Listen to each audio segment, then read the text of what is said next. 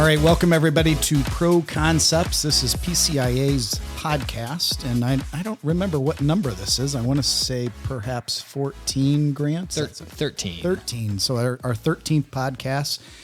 So PCIA is an insurance agency focusing on insuring architectural, engineering, environmental, CPA, law, technology, all professional services.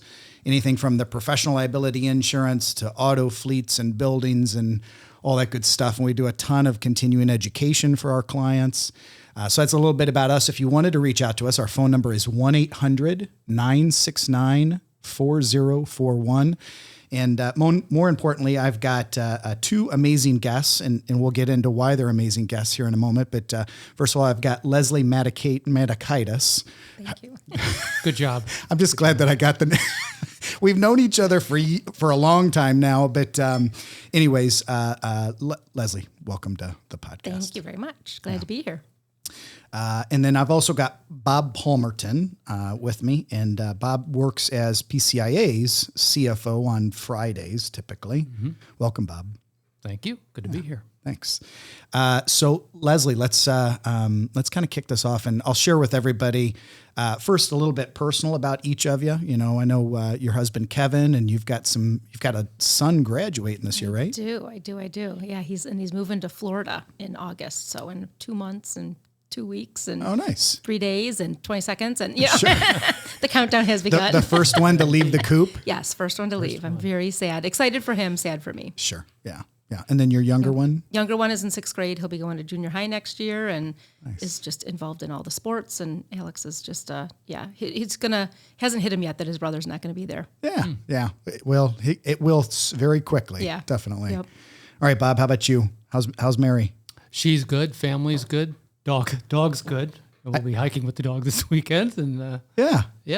I hear Mary is substitute teaching for first grade, so same age as my wife's as a teacher. A long-term sub for 3 long weeks with first graders, so that must be good stories. Could you imagine? I couldn't even imagine a day in the life. I could not imagine.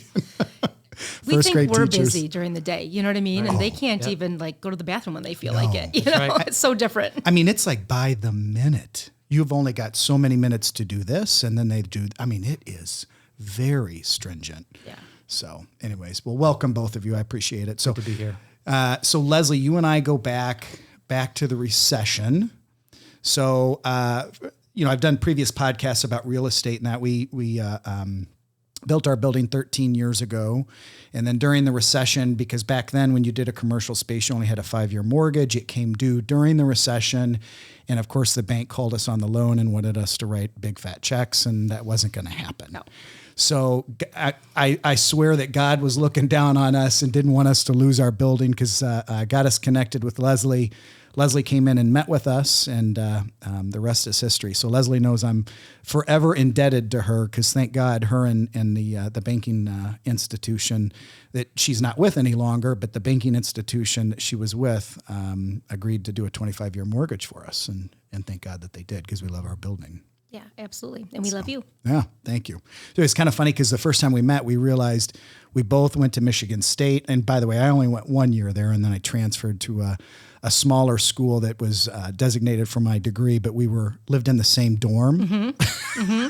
And we're only like a year or same age. And we were there around the same time. Yeah. So pretty crazy stuff. Yep. So, but, so that's our connection. And then once you left that financial institution, you created Funk Financial. Correct. So, and tell us about Funk Financial. Sure. So Funk Financial started as a commercial loan broker. So still helping businesses get their finance needs met, but just doing it on my terms and never having to say no. You know, being able to help whatever the business, wherever they were at in their situation, get them to the right bank. You know, whether that's a Chase or a credit union or a smaller independent bank, whatever it is. And then about a year after starting that, then I joined FocusCFO, which is a franchise model, and where we place fractional CFOs into small businesses. Awesome. So fractional CFO sounds very fancy. What does fractional CFO mean? I know what it means, but I want to make sure our audience is with us. Sure. So fractional CFO is where we want to be the CFO for your company, you know, and not just be a project-based and not just an interim CFO, but really long-term CFO, but just on a part-time basis. So only needing businesses that only need a CFO one day a week, half a day a week, whatever their time commitment is that they need versus paying for somebody full-time when they're not doing CFO work. Awesome. So that's how I got then connected with Bob. So Bob works with Lesli. Lesli introduces me to Bob. And at the time, we did not have a fractional CFO. And Bob, you've worked with PCIA for how long now? I started in, I think it was November 2019. I started with FocusCFO in 2018. So I've been there for with us for about 5 years. Sure. CPA? No, not a CPA. Oh, not a CPA. Nope. Okay. He's so smart. I always think he's a CPA. Didn't bother with it. Didn't need to. No. Right.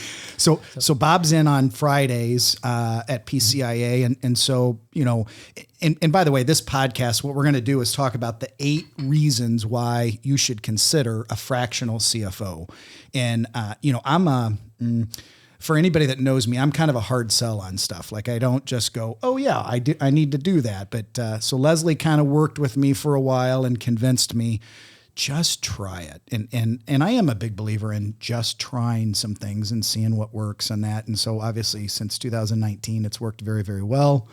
But Bob, tell us some of the things you might do as a fractional CFO. And if, give us kind of the overview, because we're going to talk about the 8 reasons why you should consider a fractional CFO. Well, one main task is we have sort of like a forward or a future look on the business. So when you think of an accountant or a controller, an accounting manager, they're kind of looking in the rearview mirror, reporting on financials. They do a good job though. They ask questions. They make sure things are done properly. But what the fractional CFO does takes things a step further. We could run strategic projections for the company, budgeting. We could look for, I like we were talking about favorite book. I'm going to jump in and say, oh, sure. Yes. Stephen Covey and the 7 Habits of Highly Effective People. And one of his 7 is to begin with the end in mind. So when I think about our clients and providing fractional CFOs, we think about, well, what does the owner of that business want in the end? Sure. At some point, there's going to be an exit. You're going to want to retire. So we want to grow a business. I'm not retiring, by the way. No, you're not. Maybe at 85. 85? Okay. Well, hopefully I'll still be around and I could kind of continue to help you out. But we look at those things and we see, what do we need to put in place today? What do we need to tweak and how we build value for the company over time? Sure. So that's kind of like a high level awesome. What I do for our companies and for PCIA. Well, thank you. And thank you for everything that you do for us. We definitely appreciate it. And thank you for keeping me on track with the podcast, because I missed the whole book thing. And we even talked about it before we started, recording and that, of course. So Lesli, what is your favorite book of all times? My favorite business book right now is called Boundaries. And of course, I can't remember who wrote it. Okay. But it's a book it talks about business boundaries, personal boundaries, just setting boundaries for yourself, Sure. just making sure that you're, taking care of yourself versus always working or not spending enough time with your family, and then being able to set boundaries externally to other people as well. Nice. It's a really good book. Awesome. It's funny because I feel like younger generations are better about that. Yes. And having daughters, maybe it's just part of that. It's like, oh, I can see today's what do they call it? Self-care day. Right. The mental health days and stuff. But they're very good about that, which is awesome. Yeah, where I'm just go, and then I just fall. Yeah. Now, when we had our previous call, you had mentioned it's a kid's book that was one of your, I thought you had mentioned, is it The Tortoise and the Hare? Isn't that what you had told me? I've heard business people over the years talk about the Tortoise and the Hare book, and the saying about that is, everybody thinks that being fast and being the hare makes sense. But of course, the tortoise is slow and steady. And they always say slow and steady wins the race. But I was thinking that was a book you had mentioned to me. I don't think that was me, but that makes sense. I like that. Maybe Bob did. I don't know. Is that your favorite book, Mike? I haven't asked you. What's your favorite book? I love to read, but I have not read that one in a long time, but I think I should, But that's actually, that's not a bad analogy on the business side too, sure. As far as the slow and steady. And I think that leads to a lot of what we do in our work is just, building that value in a business doesn't have to be so fast and doesn't have to be, tomorrow that everything's all set and perfect. It takes time to get everything right. Right.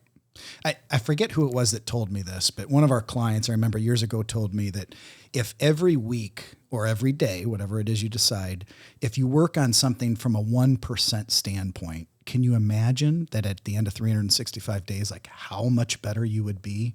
And 1% is doable, you know? So, but it's the slow and steady wins the race. Yep. So, all right, so let's talk about the 8 reasons why firms should consider a fractional CFO. So we've got clients of all different sizes. We've got sole practitioners. We've got firms that do 150, 200 million a year in revenue and everything in between. So we've got firms that obviously have CFOs on staff full time. They've got staff underneath them as well. But we've got a lot of firms that don't have a full-time CFO. And so is there like a revenue standpoint that a fractional CFO, can you speak to that? Yeah, that definitely. We have a set, 2 to 20 million in revenue is kind of where we want to be. Okay. But I also have a couple startups that are clients. We have clients that Bob has one that's less than that. We have a lot that I have a couple that are in the $45, $50 million range. Sure. So Okay. you definitely have your outliers, I guess. But, Right. but yeah, that you're big enough to where you start, or how do I say this?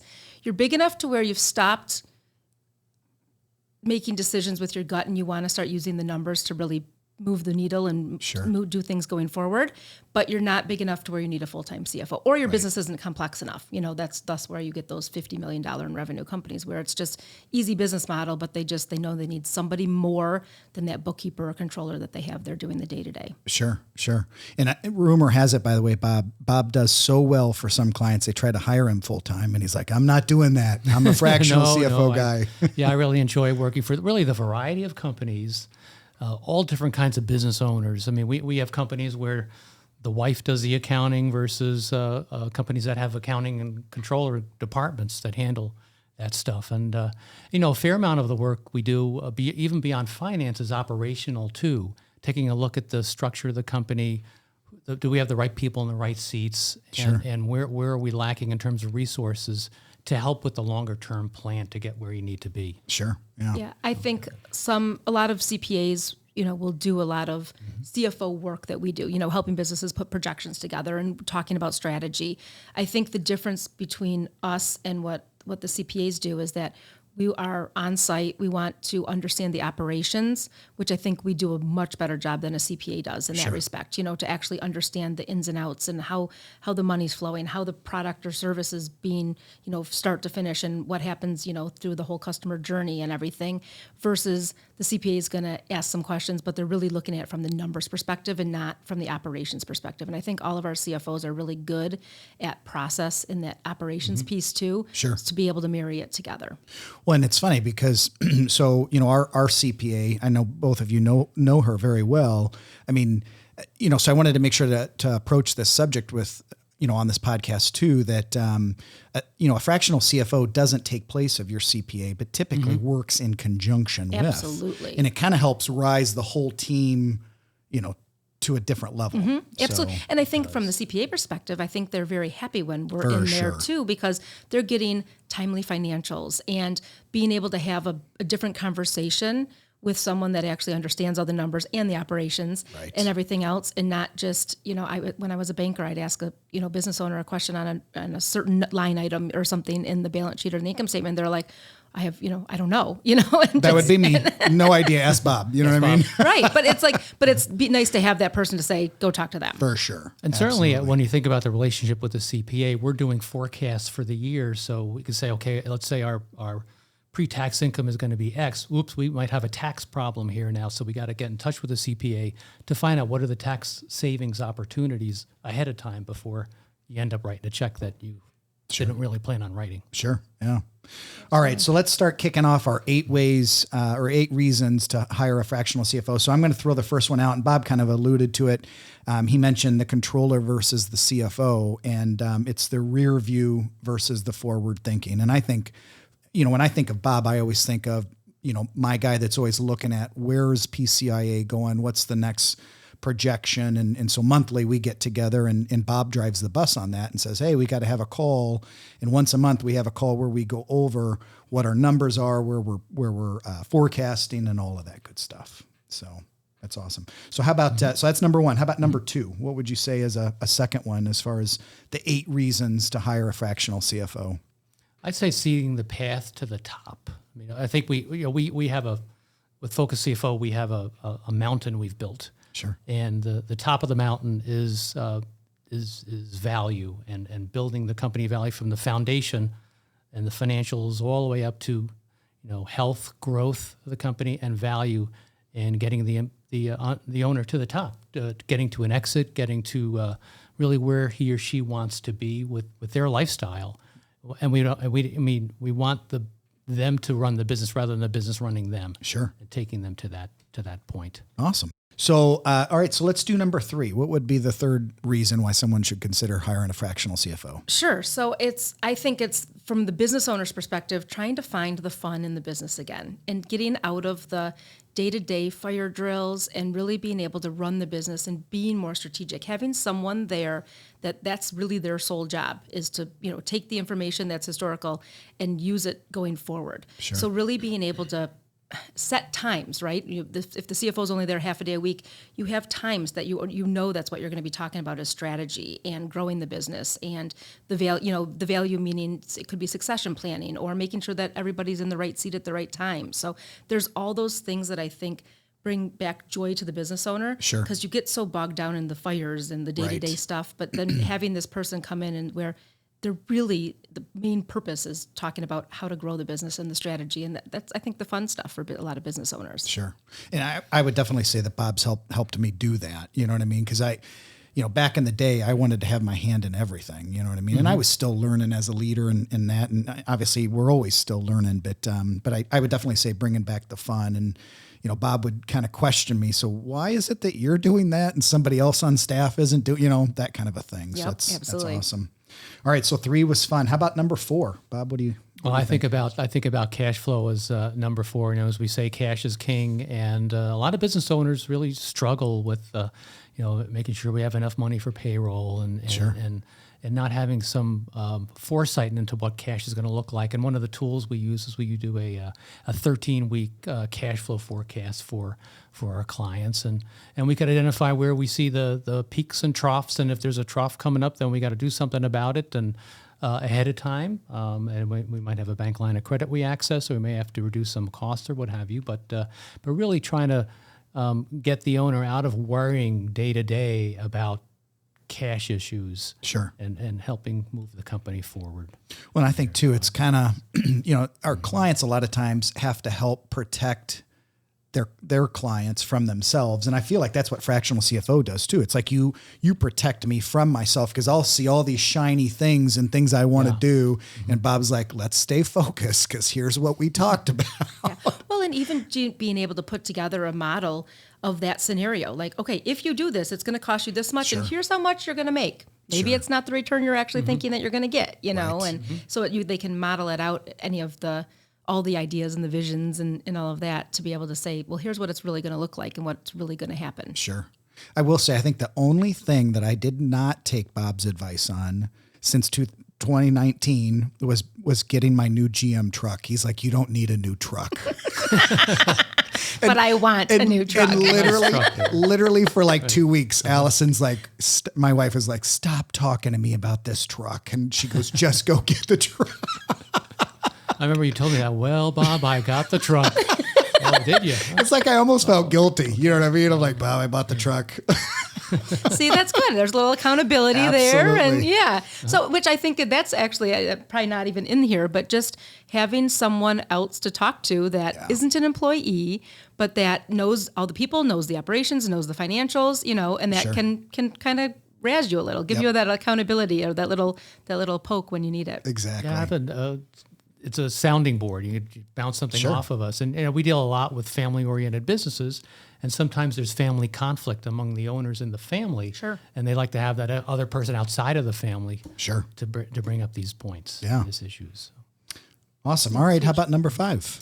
All right. So number 5 is easing the growing pains. So most of our clients that we have are growing, and that's really why they need a CFO, right? So it's I think it's a couple different things that our CFOs do when they're in super growth mode, right? It's handling the banking relationship and the CPA relationship. I think from a banking perspective, you need money to grow, so it's making sure that line of credit is in place, putting those projections together to make sure that the line of credit is the right amount, and working through that, telling the story to the lenders and making sure that you're good and that you have enough cash to be able to get through the growth and everything. And then also, I think it's making sure that, when do you hire the next person?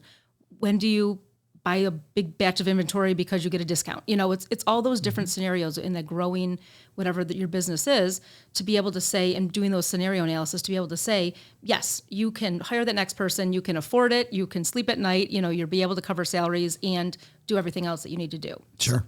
Yeah. No, definitely. I would say the growing pains is a big one, that fractional CFO, because we grow every year, and I think if you're not growing, you're dying, and so it helps me stay focused on those things. How about number 6? Number 6, I'll say data, just like cash. It's making better decisions, and so like for PCIA, for example, Mike, we've pulled together various KPIs we track, and we compare them to the industry averages and see how we're doing and where we think we could be better. So having that data available to make decisions, having and analyzing that data, and just as Leslie was saying, and looking like, okay, if you have an extra cash, you're going to invest it in something. Well, what's the return on that investment? Does it make sense? So using the numbers that are available and the projections to make decisions that take us, help us grow and build value in the company. Yeah. No, Bob definitely likes the data. And to Leslie's previous point, even, both of them kind of go hand in hand with, the banking institution. Business owners, we get nervous when the bank wants to come meet with you. They always want to come meet with you, at least once, maybe twice a year kind of a deal. But I don't have meetings with the bank unless Bob's there. I'm not going to do that, because Bob can speak to the numbers much better because he's analyzed the data and knows it better. And so our overall meeting goes much better. So yeah, and I think that adds confidence then to the lender and the banking institution too, that you have somebody that really understands the numbers and is looking at them often. That's call it bank speak. Yeah, bank speak. Bank speak. Yep. Absolutely. I think one of the terms Bob says to me is, PCI, we're very bankable. You know what I mean? Like, we're very bankable. Yep, exactly. The finances look very good. We're very bankable. So awesome. All right. How about 7? All right. 7 is securing your future. So Bob alluded to the climbing the mountain. So that the top of that mountain is kind of the value, right? So, and just making sure that whatever the fractional CFO is doing is aligned with whatever the business owner's goals are. Sure. Whether that's for the business, personally, the family goals, all of it, because it all ties together, right? Sure. Your business is your biggest asset. So you want to make sure that you're giving the biggest asset that you own, know what the value is of that business. Know how much, if you think you're going to retire at 55 and you're going to live until you're 95 and you need to have X amount per year to spend, on whatever your lifestyle is, you need to make sure that that business is worth that amount of money. Sure. And or have the savings, and whatever else you have, hopefully, large inheritances and all of those things, right? But being able to live how you want to live. Sure. So then you can back into it and say, oh, I have to work until I'm 60, but then I'll be good. Right. Maybe 55 is too early or whatever it is. But knowing those numbers and being able to do that is something that the fractional CFO can do. And a lot of our CFOs, as well as myself and Bob, both of us are CPAs. So we're certified exit planning advisors. Oh, nice. We got our designations during COVID and something to do. Something to do. It was, online. We're at home. Yeah, exactly. Yep. It was nice. It was a week-long class and then, test at the end and all that. But, so we have our certifications, but it's a lot of it was common sense, but it's just a nice package of how they put it together. But helping business owners just understand that you have to be able to make sure that your business can run without you. That transferable value is the value without the business owner in it. Because otherwise it's a job. Otherwise it's a job and you have nothing to sell. Sure. Your value could be zero. Right. If every single client relationship is in your head, if every process of your business is in your head, you might not have anything to sell. Sure. Nothing that anyone wants to spend any money on, at least, unless Right. you're going to then go and work for them. Sure. Which that's not the end goal That doesn't ever. Yes, exactly. So fractional CFOs also help the principals of a firm from a personal financial standpoint too, as well, right? Absolutely. I know that's not on our list, but No. and I know Bob has helped me on analyzing different things and just from a personal standpoint. Absolutely, because inevitably, again, your business is one of your assets on your personal financial statement, right? So Sure. it all kind of goes together. It's funny. I always, as we do things like this, I'm thinking to myself, I should roll that out as an offer to the staff, even, as far as, pay, have Bob spend some time with each of them on personal. Because I think people in general probably don't do a great job on personal. It's not like you take a lot of classes on it. I mean, I have, because I'm a nerd like that. But maybe that would be something we should consider.